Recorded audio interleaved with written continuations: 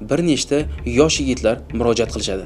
Ularning hammasida teri saratonining juda ham noyob turi aniqlandi. 1989-yilda O'zbekistonda birinchi holat qayd etilgan. 1982-yilga kelib AQShda 5000 ta inson shu sirli va tushunarsiz kasallikka chalingan. 1985-yili OIV infeksiyasi butun dunyoda tarqala boshladi. Oddiy shamollashdan yoki qo'lingizni ozgina tirnab qo'yib ham o'lib ketishingiz mumkin. Bu esa virusni ideal qotilga aylantiradi. Bugungi kungacha bu kasallikdan dunyoda 40 millionga yaqin inson vafot etgan.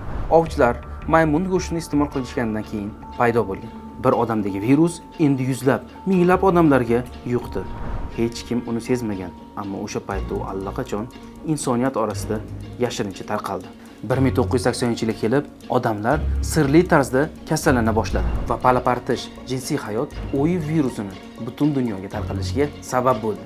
Afrikadan boshlangan bu qora xavf butun insoniyatni o'z domiga tortdi va zulmatga aylandi. Kasalxonada bitta hamshiraning xatosi tufayli 27 ta chaqaloq va 4 ta ona OIV virusiga chalindi. OIVga chalingan inson hattoki sog'lom farzand ko'rishi mumkin va siz oddiy shamollashdan ham o'lishingiz mumkin.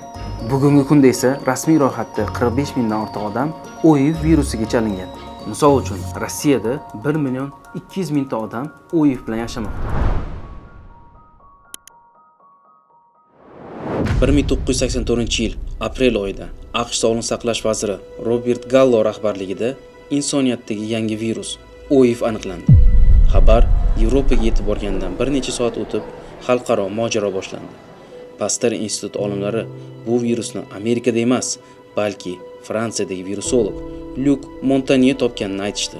20-asr vabosini kim birinchi bo'lib topgani bahsi 3 yil davom etdi. Bu vaqt ichida esa 70 mingdan ortiq odam OIV bilan zararlanib bo'lgan edi. Xullas, voqealar qanday boshlangan edi?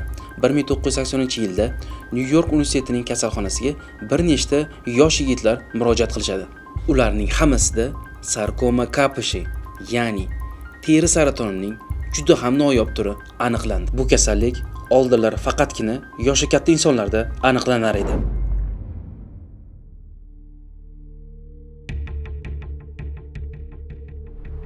Bir necha oydan keyin Amerikaning boshqa burchagida, Los Anjelesda yana sirli tibbiy anomaliyalar aniqlana boshladi.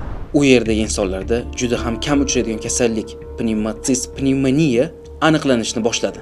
Oldinlari bu kasallik faqatgina erta tug'ilgan chaqaloqlarda va immuniteti past odamlarda aniqlanar edi. Qisqa vaqt ichida bu kabi anomal kasalliklar butun AQSh bo'ylab tarqaldi. Shifokorlar esa hech kim tushuna olmaydigan yangi bir sirli virus haqida gapirishni boshlashdi.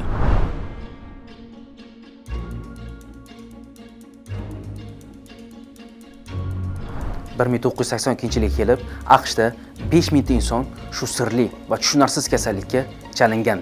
Bir yil o'tib esa Yevropadagi ilk 100 ta bemor aniqlandi.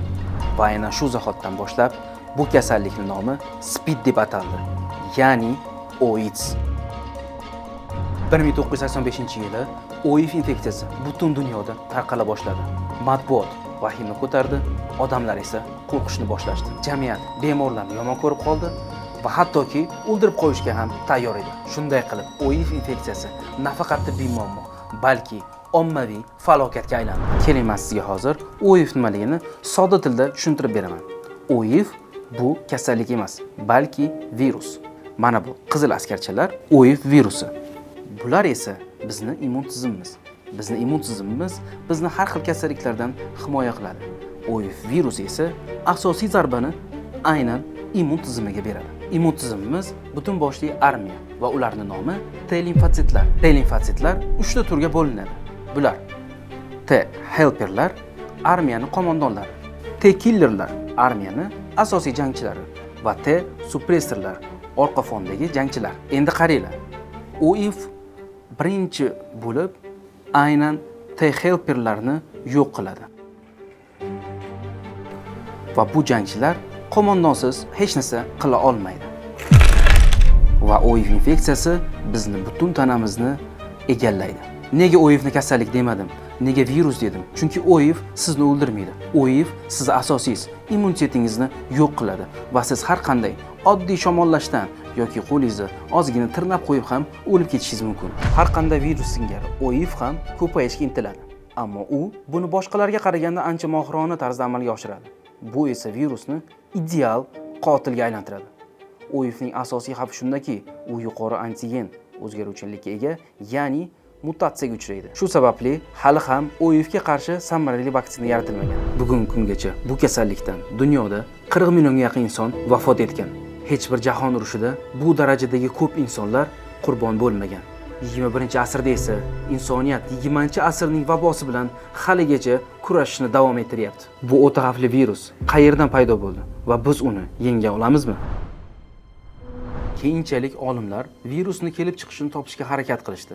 Ma'lum bo'lishicha, virus Afrikadan butun dunyoga tarqalgan. Aslida OIV virusi 1984-yilda emas, balki 1900-yillarning boshida Kongo havzasida ovchilar maymun go'shtini iste'mol qilishgandan keyin paydo bo'lgan. Ya'ni bu kasallik aslida maymunlarniki bo'lgan. Shu lahza insoniyat tarixini o'zgartirgan eng xavfli virus OIV odam tanasiga o'tdi. U paytda hech kim bu fojiani tasavvur ham qila olmasdi. 1920-yillarda Kinshasa shahrida odamlar ko'payib, transport yo'llari kengaya boshladi. Bir odamdagi virus endi yuzlab, minglab odamlarga yuqdi. 1960-70-yillarda esa virus Afrikadan chiqib ketdi. Avval Karib orollariga, keyin esa Gaiti orqali Amerikaga o'tdi. Hech kim uni sezmagan, ammo o'sha paytda u allaqachon insoniyat orasida yashirincha tarqaldi. 1980-yilga kelib, odamlar sirli tarzda kasallana boshladi. Qayta ishlatilgan ignalar, nazoratsiz tibbiy vositalar va palapartish jinsiy hayot OIV virusini butun dunyoga tarqalishiga sabab bo'ldi. Dunyoga chiqqan virusni hech kim to'xtata olmadi. Afrikadan boshlangan bu qora xavf butun insoniyatni o'z domiga tortdi va zulmatga aylandi. Sovet ittifoqi uzoq vaqt bizda bunday kasalliklar yo'q deb inkor qilib kelgan. Ammo 1987-yilda birinchi rasmiy bemor qayd etildi. Siyosat butkul o'zgardi. Eng dahshatlisi esa Elista shahrida sodir bo'ldi. Kasalxonada bitta hamshiraning xatosi tufayli 27 ta chaqaloq va 4 ta ona OIV virusiga chalindi. Bu fojia butun Sovet ittifoqida dahshatli qo'rquvni uyg'otdi. Endi esa men sizga OIV bilan OIVsning farqini tushuntirib beraman. OIVga chalingan inson ART davolash kursini muntazam ravishda qabul qilsa, bu kasallik bilan oddiy insondaqa bemalol yashay oladi. Hattoki sog'lom farzand ko'rishi mumkin. AIDS, ya'ni SPID esa OIVni davolanmagan va o'tkazib yuborilgan versiyasi. Ya'ni ART OIVga chalingan insonlarni tabletkasini umuman iste'mol qilmagan insonlarda AIDS paydo bo'ladi. Bu holatda sizning immunitetingiz deyarli tiklanib bo'lmaydigan darajaga yetib keladi va siz oddiy shamollashdan ham o'lishingiz mumkin. Tushunarli bo'lishi uchun sog'lom odam immunitetida CD4 ko'rsatkichi 500 dan baland bo'ladi. OIV holatdagi insonda esa 500 dan past bo'ladi. AIDS, ya'ni SPID holatiga tushgan insonda esa 200 dan ham past bo'ladi. Ya'ni bu deyarli o'lim yoqasiga kelganingizdan dalolat. Afsuski bu kasallik O'zbekistonni ham chetlab o'tmagan. 1989-yilda O'zbekistonda birinchi holat qayd etilgan. Bugungi kunda esa rasmiy ro'yxatda 45 mingdan ortiq odam OIV virusiga chalingan. O'ylab ko'ring, bu faqat rasmiy qayd etilganlarning soni. Ammo shuni ham e'tirof etish kerakki, O'zbekistonda bu kasallikka qarshi kurash juda ham yuqori ko'rsatkichda. Dunyo standarti bo'yicha 76-80% kasallangan insonlar ART terapiyasini qabul qiladi. O'zbekistonda esa deyarli 90% bemorlar ART davolash kursini qabul qilishadi va bu juda ham yaxshi natija. Misol uchun, Rossiyada bu ko'rsatkich dahshatli darajada katta. 1.200.000 ta odam OIV bilan yashamoqda. Undan tashqari, ART vositalari Rossiyada deyarli yetishmaydi. ART vositalari bemorlarning faqatgina 45-50% qismiga yetadi xolos. Bu degani mintaqamizda eng katta xavf aynan Rossiyadan tarqalmoqda. Bugun yoningizda yurgan odam tashuvchi bo'lishi mumkin. Siz buni bilmasligingiz mumkin. Shu bois bu kasallikni men bilan bog'liq emas deyish xato. Har kim o'zini va yaqinlarini himoya qilishi shart. Ko'pchilik o'ylaydi, OIV faqatgina jinsiy aloqadan yuqadi deb. Lekin bu juda ham katta xato. Xo'sh, OIV qanday qilib yuqadi? Buni asosiy 3 ta yo'li bor. Birinchisi, o'sha aytganimdek, jinsiy aloqa. ya'ni palapartish jinsiy hayot. Ikkinchisi qondan qonga va uchinchisi ona suti orqali. Ya'ni o'yib bilan kasallangan inson bilan bitta uyda yashasangiz yoki bitta tovoqdan ovqat yesangiz yoki bitta idishdan ichsangiz, bu kasallik sizga yuqmaydi. Hattoki o'yibga chalingan insonning o'zi ham sog'lom farzandni dunyoga keltira oladi. O'sha aytgan ART terapiyasini muntazam qabul qilgan bemorda 99% sog'lom farzandni dunyoga keltirish imkoni bor. Bunday insonlarni jamiyatdan ajratib qo'yish bu juda ham katta xato. Undan tashqari, bu videoni ko'rayotgan har bir insonga aytaman. O'zingizni doimo tekshirib yuring. OIV va AIDS, ya'ni SPID, insoniyat tarixidagi eng xavfli epidemiyalardan biri hisoblanadi. Lekin ilm-fan va dorilarning yordamida bu kasallikni nazoratga olsa bo'ladi. Asosiysi o'zingizni va yaqinlaringizni asrang, ehtiyotkor bo'ling. Chunki ba'zida kech bo'lishi mumkin.